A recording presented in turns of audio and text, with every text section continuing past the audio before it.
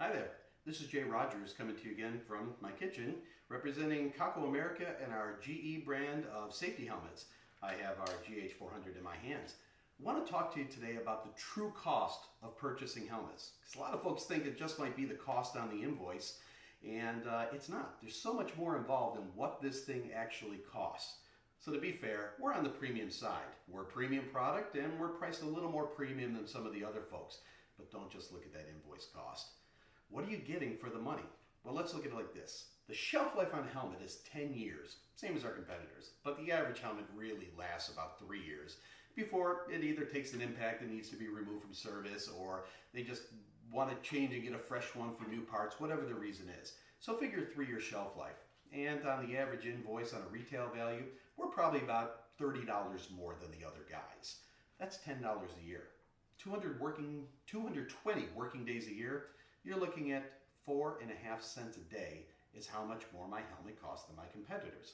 So what are you getting for your 4.5 cents a day? To begin with, you're getting a whole lot more user comfort. You already know we're the lightest helmet on the market. We've got the documentation for that.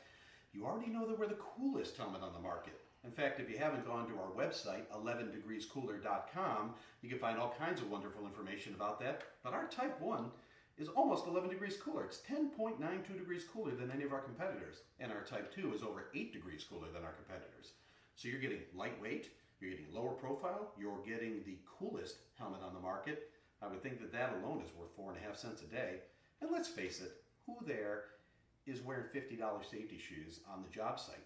Nobody, because you have to live in them.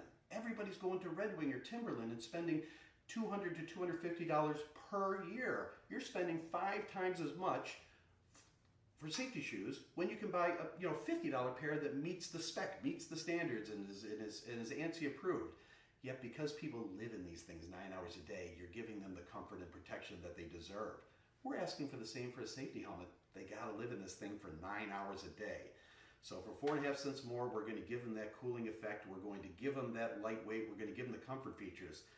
We talked about smell in a previous video. Our helmet's completely washable. And yes, you can wash our competitors' helmets, but you'll never get the smell out because they're using EPS foam. And anybody who's ever had a disposable styrofoam cooler knows that you never get the smell out.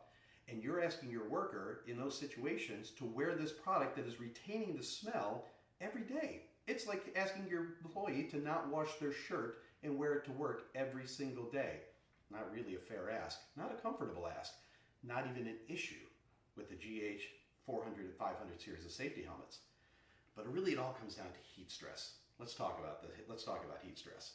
So heat stress as a category is going to cost employers in the US this year over $100 billion. Yeah, I said billion, $100 billion. And primarily where that cost is coming from is reduced worker capacity, both mentally and physically. Think like this. If the temperature outside is 86 degrees and you're working at 45% humidity, relative humidity, your worker capacity drops to 85%, mental and physical. When that heat increases to 95 degrees with a 75 degree relative humidity, your worker capacity drops to 50%. 50% lost productivity. If we can reduce the heat stress, not even by our 8 to 10 degrees, but if we can reduce the heat stress just a few degrees, what does that do for your worker productivity? It skyrockets versus our competitors. This helmet no longer costs you money, it makes you money. It will pay you back.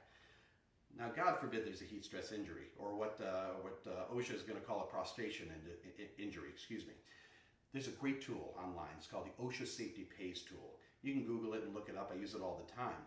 And it tells us that the average heat prostration injury is going to cost an employer $37,000 plus.